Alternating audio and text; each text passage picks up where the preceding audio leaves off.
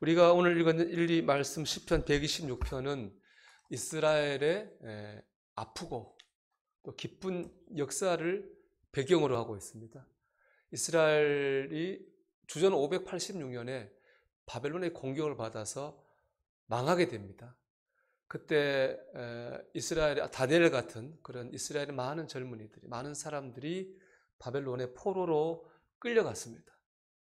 이 모든 일은 다 이미 예레미야를 통해 하나님이 말씀하셨어요. 이스라엘이 하나님을 범죄했기 때문에 바벨론에 망하게 될 것이고 포로로 끌려가게 될 것이고 그리고 70년이 지나면 다시 돌아오게 될 것이다. 하나님께서 예언하셨거든요. 70년이 지나서 고레스가 왕이 됐는데요. 바벨론에 그가 조서를 선포했습니다. 이스라엘 사람들 다 고향으로 돌아가도 좋다. 그래서 드디어 이스라엘 백성이 정말 하나님 말씀대로 고향으로 돌아가게 되었죠. 그때 기쁨을 노래한 내용이 바로 오늘 본문 1절에서 3절입니다. 1절을 한번 볼까요? 1절 같이 읽어보겠습니다. 여호와께서 시온의 포로를 돌려보내실 때에 우리는 꿈꾸는 것 같았도다. 아멘. 이 꿈꾸는 것 같았도다라는 말이 참 저는 마음에 와닿더라고요. 이 말은 무슨 말입니까? 정말로 이렇게 될지는 몰랐다는 뜻 아니겠어요? 물론 그 70년이면은 하나님 말씀을 직접 들은 1세대는 이미 다 바벨로 죽었어요. 그 자손들의 이제 부모가 한 말을 붙잡고 믿고 살았겠죠. 듣기는 들었고 부모가 믿으라 그랬으니까 믿기는 믿었지만 정말로 그렇게 될지는 확신하지 못했거든요. 정말로 그렇게 되니까 정말로 이게 되네? 정말로 돌아가게 되네? 꿈꾸는 것 같은 그런 생각을 하게 된죠. 그만큼 기뻐할 수밖에 없는 겁니다. 그들의 기뻐한 이유는 하나 더 있어요. 그건 뭐냐? 헛되지 않다는 거예요. 하나님 말씀이 헛되지 않았다는 거예요. 하나님 말씀이 정말 믿었지만은 정말 이렇게 되고 나니까 하나님 말씀이 헛되지 않고 하나님 말씀을 믿고 살았던 자신들의 삶이 헛되지 않았죠. 그러니까 기뻐한 것입니다. 그래서 이제 2절 하반절의 말씀이 그런 말씀인데요. 2절 하반절에 이런 말씀이 있습니다. 그때에 문나라 가운데서 말하기를 여호와께서 그들을 위하여 큰 일을 행하셨다 하였도다. 문나라는 하나님 안 믿는 나라 사람들이 얘기하는 거예요. 하나님이 하셨어. 얘기하는 거예요. 하나님이 안 믿는 사람들이 이렇게 얘기할 정도니까 하나님이 하신 거죠. 하나님 말 70년 있으면 돌아올 거다. 하나님 말씀이 맞은 거예요. 그 말씀을 붙들고 산 세월이 헛되지 않은 거예요. 이 기쁨이 있었던 것입니다. 저는 이 말씀을 묵상하면서 그 천국의 생각이 나더라고요. 천국에 딱 들어갈 때 우리 기분이 이렇지 않을까 그런 생각했습니다. 물론 우리 믿고 있어요. 천국 간다고 하는 걸 믿고 있죠. 천국이 이런 거라고 하는 걸 또 말씀을 통해 알고는 있어요. 하지만 직접 본 사람은 없잖아요. 그러니까 우리가 천국에 대해서 아는 건 사실은 희미해요. 사도 바울이 한 얘기예요. 지금은 너희가 희미하게 알고 있지만 우리가 지금 희미하게 알고 있어요. 근데 정말로 천국에 딱 들어갔다 생각해 보세요. 정말 천국이 이상할지 모르지만 정말 천국이 있네. 정말 꿈꾸는 것 같다.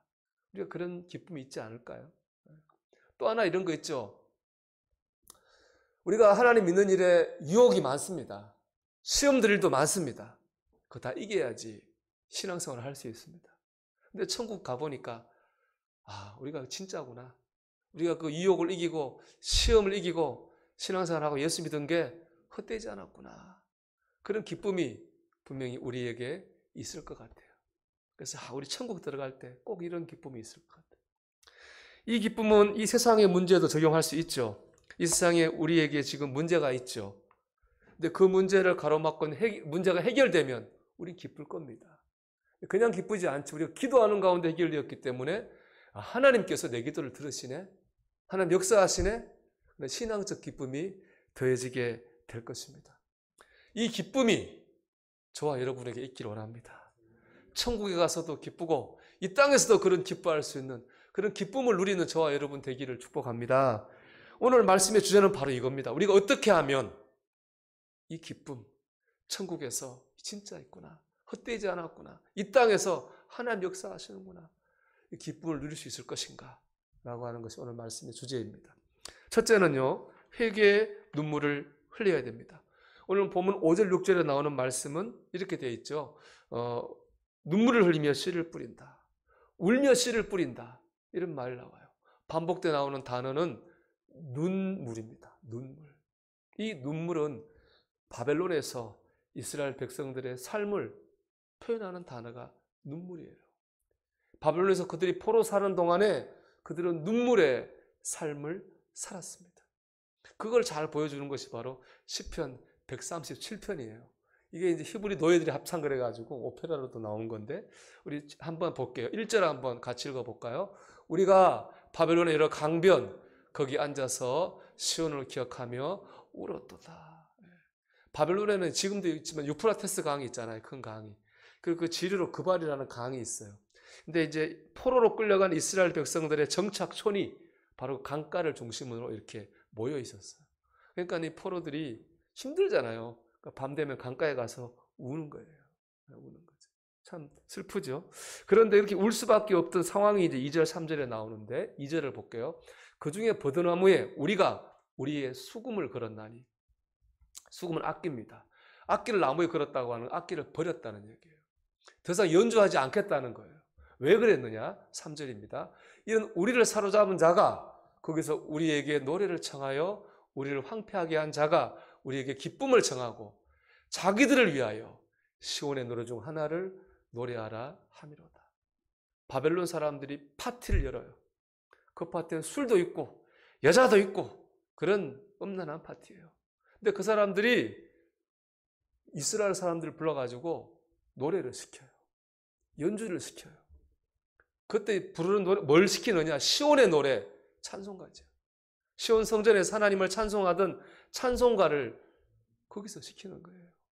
그 술 먹고 그런 자리에서 찬송 부르라는 거예요. 자기들을 위해서. 찬송은 무엇입니까? 예배당에서 하나님한테 부르는 거룩한 노래잖아요. 그거를 그 자리에서 자기들을 부르라고 강요하는 거예요. 안 부르면 죽이니까 할 수 없이 부른 거예요.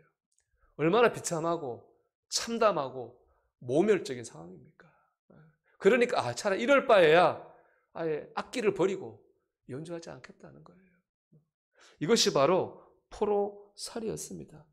육체적으로 힘들고 어려운 것 넘어서 이 모멸과 수치와 이 정신적인 고통이 심한 거죠. 그래서 종살이보다도 힘든 게 사실은 포로살이입니다.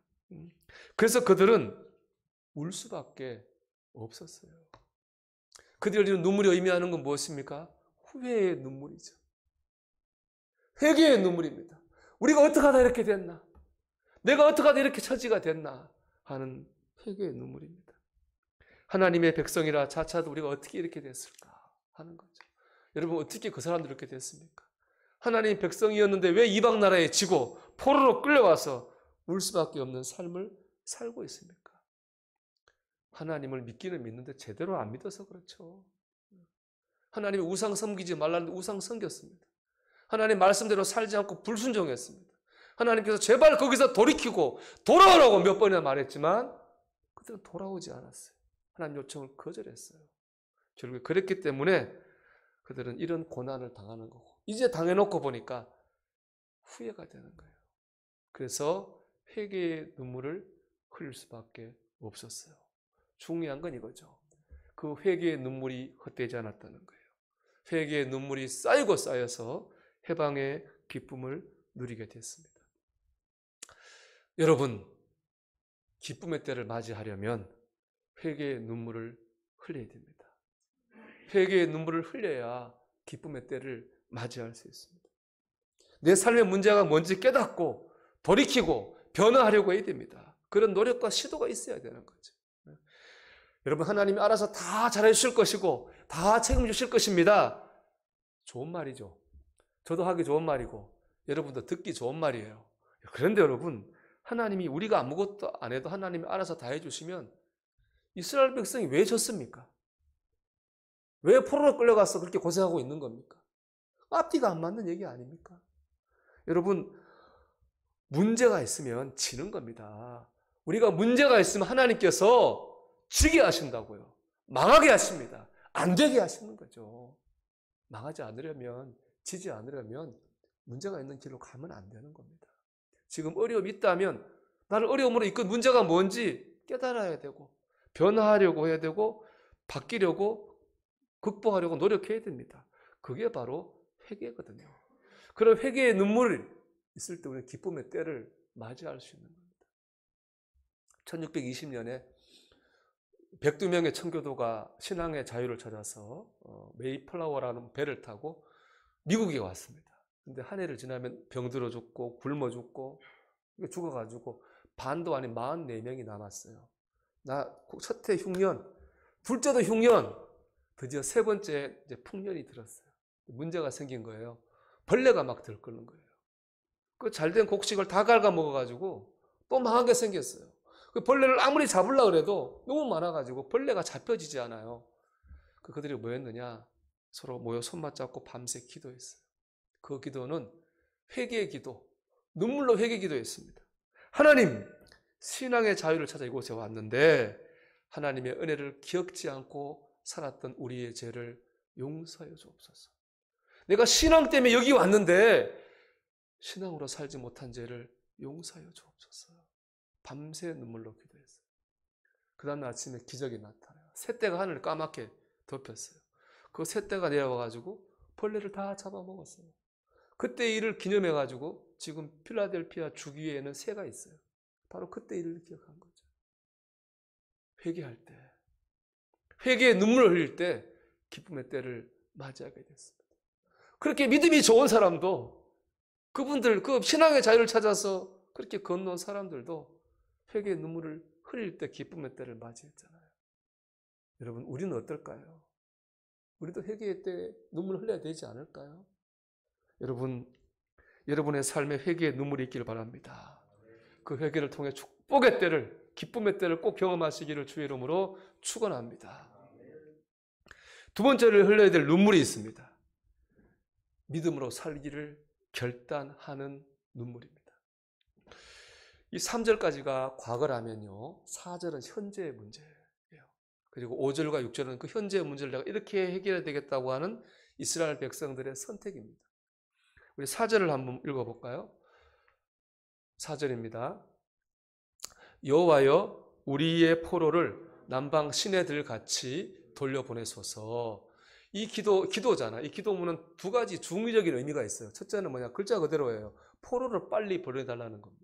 왜냐하면 이제 바벨론에서 포로들이 왔는데 한꺼번에 온 게 아니고 1차, 2차, 3차 나눠서 왔어요. 이 시는 1차와 2차 사이에 쓰여진 시라고 하는데요. 그러니까 바벨론에 남아있는 포로들을 빨리 좀 보내주십시오. 이런 기도예요. 액면 그대로 하면. 그런데 남방의 시내는 뭐냐면은 이스라엘이 이제 길게 생겼는데 북쪽은 산지예요.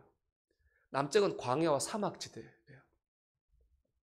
그런데 시내는 뭐냐면 그걸 와디라고 하죠. 와디, 간헐천이라고 하는데 사막은 평상시에 보면 물이 없어 바짝 말라 있잖아요. 근데 비가 오면요, 나무나 풀이 없기 때문에 갑자기 물이 불어나요. 거세져요. 그게 이제 간헐천 와디라고 그러는데 그것처럼 빨리 속히 바벨론에 우리 남한의 동포들을 보내주십시오. 그런 기도가 첫 번째 의미가 있고요. 두 번째는 뭐냐? 오늘 이 얘기를 하려고 하는 건데 현재의 문제를 가지고 기도하는 거예요. 이런 거죠. 돌아온 거는 좋았어요. 포로살이에서 고향으로 돌아온 까지는 좋았는데 고향에 돌아와 보니까 상황이 한심한 거예요. 고향의 상황이. 성전은 불타 없어졌어요. 성벽 무너져서 없어졌어요. 살만한 집이 없어요. 땅은 돌보지 않아가지고 농사 지을 수 없는 황무지가 돼 있어요.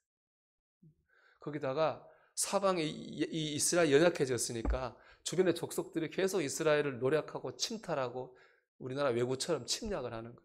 한마디로 살기가 어려워요. 그 살기 어려운 환경을 바로 남방으로 표현한 겁니다. 사막지대, 광야로 사람이 살 수 없는 광야처럼 이렇게 되어 있는 거예요. 그러니까 이거를 해결해 다 주십시오. 시내가 와서 물이 차는 것처럼 해결해 주십시오. 그런 기도를 드리고 있는 겁니다. 현실의 문제를 해결해 주옵소서. 그런 기도를 드리면서 5절과 6절 우리는 이렇게 해야 되겠다 하고 자신들이 나아갈 바를 선택하고 결정합니다. 우리 5절 6절 말씀 읽어보겠습니다. 눈물을 흘리며 씨를 뿌리는 자는 기쁨으로 거두리로다. 울며 씨를 뿌리러 나가는 자는 반드시 기쁨으로 그 곡식단을 가지고 돌아오리로다. 아멘. 그 광야 같은 한심한 답답한 현실 속에서 그들이 뭘 기억했느냐? 눈물을 기억했어요. 그 눈물은 무슨 눈물이에요? 바벨론에 흘렸던 눈물이죠. 바벨론이 회개의 눈물 흘렸잖아요. 근데 그 눈물이 어땠습니까? 헛되지 않았잖아요. 그러니까 지금 돌아온 거 아닙니까? 그때 흘린 회개의 눈물, 그 눈물로 뿌린 씨가 헛되지 않아서 지금 돌아왔거든요. 그 눈물을 생각하는 거예요. 그래! 헛되지 않았지. 하나님이 하셨지. 그때 믿음을 흘린 눈물 헛되지 않았지. 그러면 지금 다시 우리는 또 눈물을 흘려야 되겠다는 거예요. 헛되지 않을 거니까. 지금 흘리는 눈물은 무슨 눈물이냐? 믿음으로 살기를 결심하는 눈물입니다. 이렇죠. 아이고, 살기 힘드니까 좀 덜 믿어야 되겠다가 아니에요. 살기 힘드니까 더 믿어야 되겠다는 거예요. 피곤하니까 좀 덜 믿어야 되겠다가 아니라 힘들기 때문에, 어렵기 때문에, 그렇기 때문에 더 믿어서 이 어려움을 극복해야 되겠다는 결단이에요. 이 결단은 눈물이 들어가지 않을 수가 없죠. 여러분, 안 믿고 사는 게 몸이 편해요. 편하잖아요. 이 험한 세상에 믿음까지 지키며 산다고 하는 것은 육체적으로 어려움이 많죠. 눈물 없이는 결단할 수 없는 일이에요. 그게 그러니까 눈물의 결단인 거예요. 어렵지만, 힘들지만 더 믿음을 열심히 살아서 하나님을 더 붙잡아서 내가 이 어려움을 이기겠습니다. 그게 바로 울며 씨를 뿌린 자는 기쁨으로 단을 거두리로라는 이 말씀인 것입니다. 그런 그들은 그렇게 결단했고 그 결단 끝에 두 가지를 합니다. 첫째는 뭐냐? 무너진 성전을 다시 세웁니다. 성전이 불탔거든요. 그 힘든, 먹을 것도 없는 그 힘든 과정 중에 그래도 힘을 모아가지고 성전을 재건합니다. 또 하나, 성경을 책으로 만듭니다. 그 이전까지는 성경이 이렇게 글씨로 쓰인 책이 아니에요. 입에서 입으로 전해지는 구전이었어요. 제사장이 제사장들에게 전하면 그냥 신기한 거 하나도 안 틀린 거 참 신기한데 어쨌든 제사장들만 알고 있는 거예요. 그러니까는 하나님 말씀 들으려면 성전에 안 오면 들을 수 없어요. 그런 제약이 있었는데 그때부터 성경을 책으로 만드는 작업을 시작합니다. 그래서 만들어진 게 창세기, 출애굽기, 레위기, 민수기, 신명기, 오경, 토라입니다. 그런 그들의 만들어진 성경을 두루마리로 만들어서 집에다 갖다 놓고 손목에도 말아서 넣고 이마에도 말아서 넣었어요. 매주자라고 그러잖아요. 보이는 데마다 성경을 놓고 어디 있든지 성경을 읽고 또 읽고 읽고 또 읽었다고요. 힘든 거를 믿음으로 극복하겠다고 그들은 결심하고 실행했습니다. 우리로 하면 이런 거 아니겠어요? 목사님 오늘 예배드릴 기분이 아닙니다. 마음이 심란합니다. 그렇기 때문에 더 예배를 드리는 거죠. 무슨 바빠서 좀 기도를 못합니다. 그거 아니죠. 바쁘기 때문에 기도할 수밖에 없는 거죠. 힘들기 때문에 하나님 때 매달릴 수밖에 없는 거죠. 그런 선택을 이들은 했습니다. 자, 이들의 선택의 결과는 어떻게 되었습니까? 지금 이스라엘을 보면 알죠. 지금 이스라엘이 지금 약한 나라입니까? 그러니까 못 사는 나라인가요? 유대 민족 망했나요? 아니잖아요. 이스라엘 강한 나라, 잘 사는 나라, 유대 민족 잘 나가고 있지 않습니까? 그들의 선택은 탁월한 겁니다. 힘드니까 덜 믿자가 아니라 울며 씨를 뿌리는 자는 기쁨으로 단을 거두리로다. 힘들어도 더 믿자고 선택했던 그들의 선택이 옳았던 것이죠. 우리가 더 믿어서 어려움을 이기자는 이 방법은 역사가 입증하는 승리의 공식입니다. 사랑하는 여러분, 하나님 앞에 흘리는 눈물은 헛되지 않습니다. 우리는 믿음으로 눈물로 씨를 뿌리는 믿음의 삶을 살아야 됩니다. 이제 그리스도를 본받아 6장을 저는 요즘 읽고 있는데 보면 제목이 무절제한 욕망이에요.